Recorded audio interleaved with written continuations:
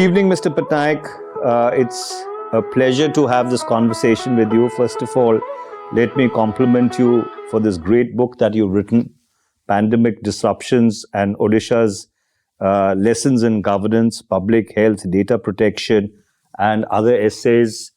For the benefit of viewers, this is the lovely book which my colleague, uh, a member of the Council of States from Odisha, has penned. And today we are going to have a conversation with him about the book. So, Dr. Patnaik, what actually impelled you to write this book? Manish, first of all, thank you so much for speaking all those generous words on this book. During the time of the pandemic, at least during the first wave, when there was a hard lockdown, one realized that the interaction with party colleagues or even with peers, friends, was very limited. It was almost non-existent during the first few months. So that's when I decided that I'll write about what's happening about each of the facets of the pandemic as it unravels. Let's say first about the big question relating to having those isolation wards. So that was the issue. So I started writing about isolation wards and started sending it to newspapers with suggestions and what Odisha has done in terms of setting those centers, improvising. Everyone was improvising at that time. So Odisha, how it was improvising it, that is how it all started. And then I realized that the pandemic, which was beyond everyone's ken in terms of understanding when things would happen or what would happen, one realized that it's not just a question of health. In the first few days, you would realize that the massive influx of people came, who migrant laborers coming into the states, and particularly Odisha, Assam, West Bengal. That's where the migrant workers used to go to the rest of the country. So they all started coming back, and that was a human problem. And that problem was relating to not really. One was, of course, the pandemic, to maintain social distance, to have the testing done at various points. But more important was to provide food to them, to those people who are in the villages and who were getting cooked food from government. That was also not possible at that time. So how we managed to give them cooked food through the women self-help groups. So one realized that this pandemic's the entire impact was not just limited to the health sector, but various sectors. And that is when I started writing about the different sectors as well. Food distribution. The third aspect was relating to, someone came up to me asking for blood. He's a thalassemia patient. They need to take blood at regular intervals. They can't go to the hospital. And if they went to the hospital, there was no blood there.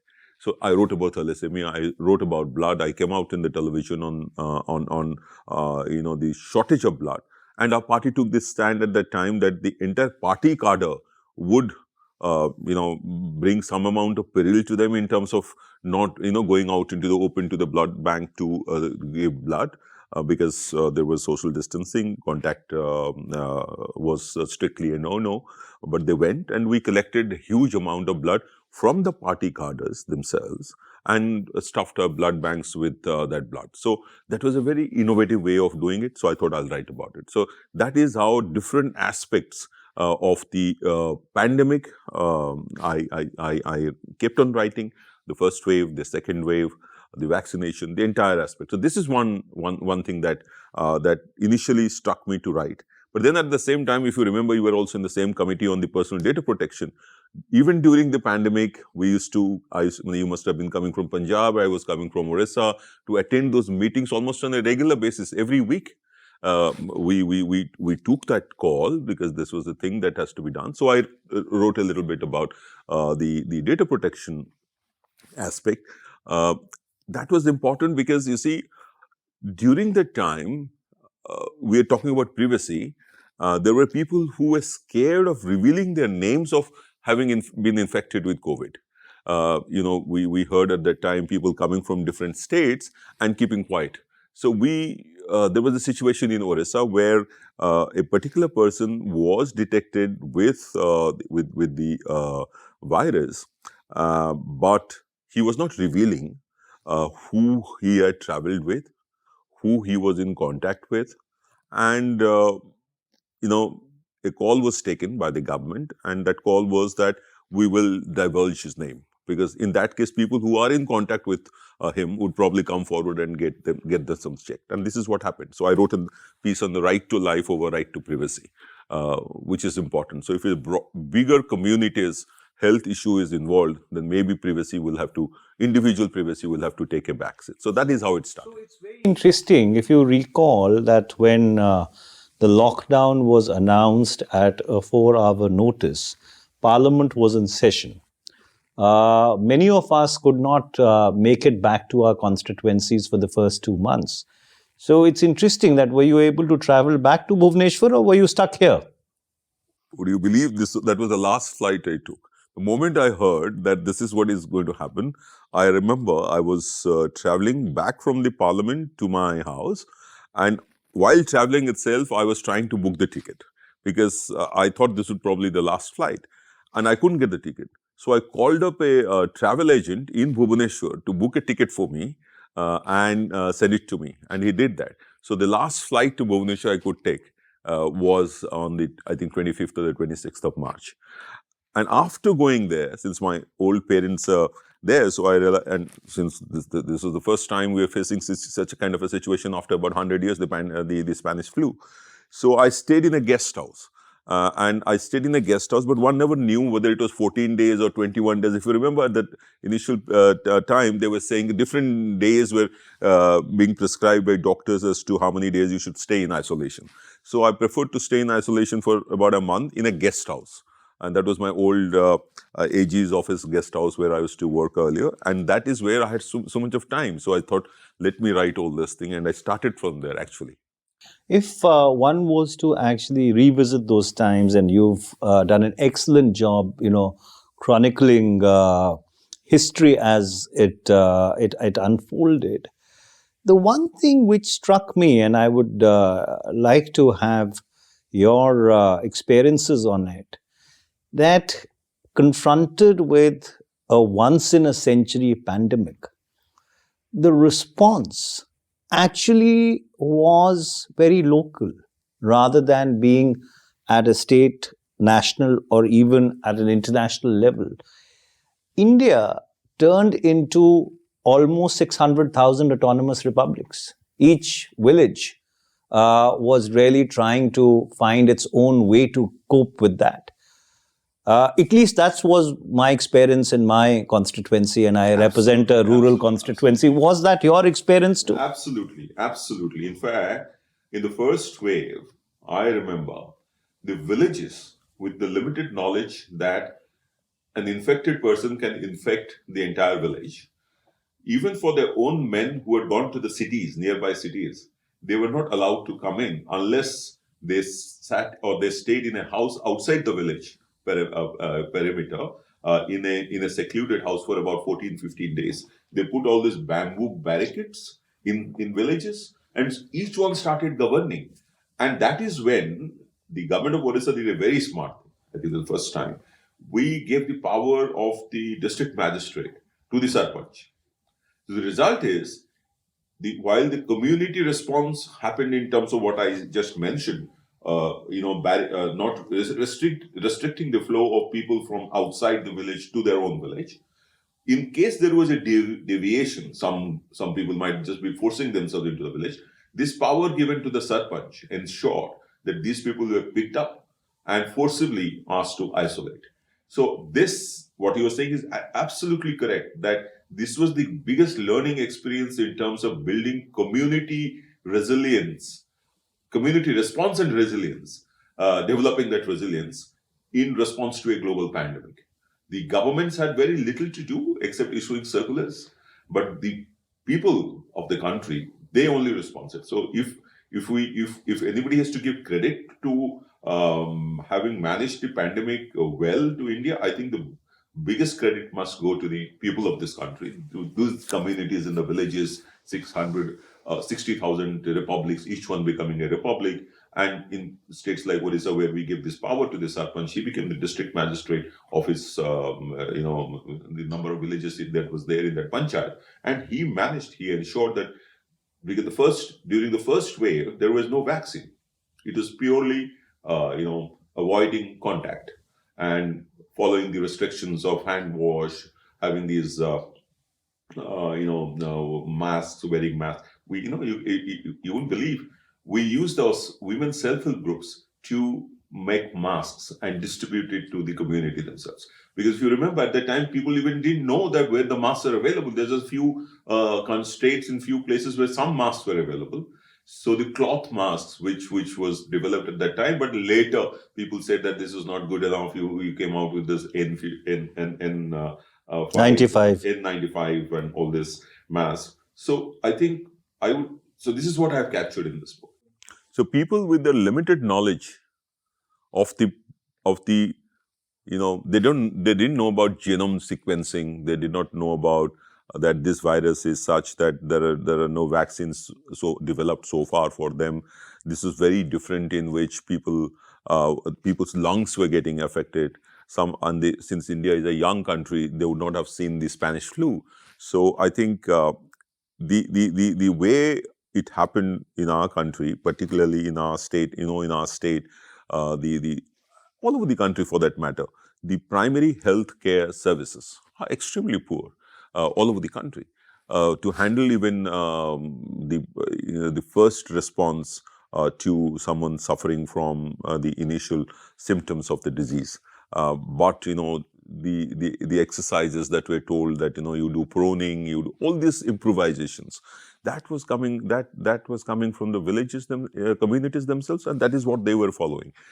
So I think we must give a huge amount of credit in our country to the people of this country, and no one should hijack this from. No, in fact, you're so absolutely correct, because one of the most colossal tragedies of all these people who actually make our metropolises and cities function found themselves to be complete strangers in their home and hearths. Some of them were forced out, and I think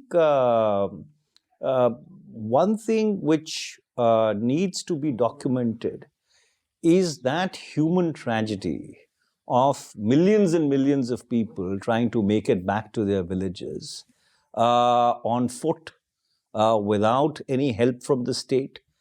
And this is, I think, a story of great resilience, which should have actually impelled the government to really rethink the lockdown. Because if so many millions walked back home and got back safely to their home and hearth and survived the pandemic, then obviously the decision to announce such a harsh lockdown at a 4-hour notice is something, at some point in time, don't you think that Parliament should revisit it? See, I think there are two things here. The first thing is the human tragedy, and it was the travesty, I would say, of the pandemic, that in the face of increasing migration to urban areas, urban migration, that's the growth development model people talk about. This was the time when it came to life. People are running back to their earth, they're coming back to their villages, to their roots, and to survive, to get the food security, because food was not available it was not coming to the cities. So while doing the harsh lockdown that India enforced during the first wave, there are two ways of looking at it. One, in hindsight, probably one could think that this was probably not called for, as it was probably proved later when government shifted gear and said that local containment strategies would be the strategy forward, which could have been actually done even at that time. But giving due to the government, the fact that this is a once in 100-year kind of a pandemic, no one knew what was happening. No one also had an inkling of how to treat this. All kinds of medicines were being prescribed by doctors. The the response of the government probably is understood to that extent.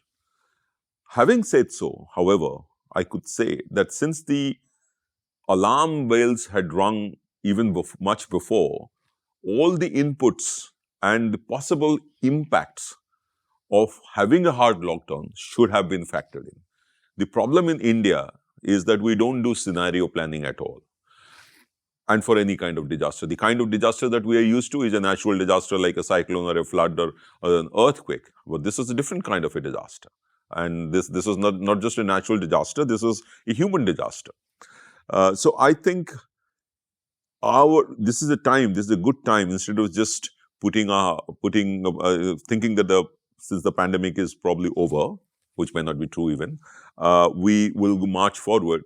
The idea of government is to have a revisit their Disaster Management Act to factor in this kind of natural disasters. And in such case, what is the kind of scenario planning? Scenario planning, not just in terms of migration of people, even in food distribution, in giving service delivery, in getting blood available to thalassemic patients, in ensuring that the domestic abuse of domestic violence doesn't happen because women were getting restricted to the same house in which the perpetrators were there. So these are the things, are the learning points. I really don't know whether this is what we are currently thinking as a nation, looking at all these aspects and trying to have a strategy, an SOP, a governance protocol in place should another pandemic visit us. That brings me to a very interesting question. Since you were a lawyer, and the one thing which struck me very early in the pandemic, and I remember writing a piece for the Hindustan Times, was the complete absence of a legal architecture to deal with this pandemic. So essentially, you had a one-page, four-section act called the Indian Epidemics Act, enacted in 1898 to deal with the Spanish flu or calamities before that. And essentially, you managed the entire pandemic using the miscellaneous provisions in the National Disaster Management Act. And as you correctly said, that neither do we do scenario building and neither do we do a proper post-mortem of what we did right and what we did wrong. Even today, while most countries have enacted comprehensive legislation to deal with this situation, in fact, the House of Commons in the United Kingdom, even while the pandemic was playing itself out, had enacted legislation. The US Congress enacted legislation. We still continue to deal with it through executive action. And so don't you think that this needs to be remedied? And India needs to have a proper, comprehensive legal architecture to deal with the situation, which also provides safeguards so that civil liberties do not become a victim, as they did become during the COVID-19. In fact, Manish, you'd be surprised to know that this is exactly what I've written in the book at 1.10, one particular article, one essay, page number 44, New Epidemic Control and Management Law Need of the Hour. And this I wrote almost during the first phase, precisely because of this, that there was just one Gujarat High Court and another some High Court giving some stray orders. And the government was completely banking on this 4-page legislation of, I think, pre-independence and some miscellaneous pre-independence era. It is just going through executive instructions. And such executive instructions which have not been backed by, research, backed by scenario planning. And if you remember at the time that Arogya Setu came, which was a question of whether my data is going to be used by anybody else. So we needed some kind of a law for it. And at the time we were discussing the PDP bill. And what the government did at the time, I still remember, came out with some kind of a guideline protecting the privacy of the patients whose data is getting shared. But with this kind of guidelines, one can't take recourse to the law if this data was subsequently, abused by somebody, and a lot of harm will, befall the person whose data was involved. All these things, even now, you don't have a data protection law. Even now, we don't have the epidemic. So this brings us to a very interesting question. What's happened to all that data which was collected through the Arogya Setu app? Who is the custodian and who's the protector of that data? Where does it reside? What is the kind of firewalling which actually insulates and protects it? Absolutely. You know, so therefore, Your guess is as good as mine on this. yeah, I really don't know. and it's a travesty that some of us who actually braved the first wave of COVID-19 without vaccines to sit for long hours doing the data protection bill find that 3 years later India is still bereft of a legal architecture which can insulate and protect people's privacy as well as people's data. And I think perhaps the time has come for all of us to push to ensure that this data protection law actually comes onto the statute books. Absolutely, absolutely. Because how long can we wait? If you remember, during those 2 years when we braved everything, the amount of consultations that we have had, we brought in several amendments. 92 amendments in about 98 sections. We went line by line, if you remember. But not even to not have a privacy bill introduced in the parliament as of now, even because the previous bill was withdrawn, a new bill has not been introduced. It's only for public consultation. It's really a sad thing because it is a critical issue, not just for business purpose or ease of doing business, as people at the industry make us believe.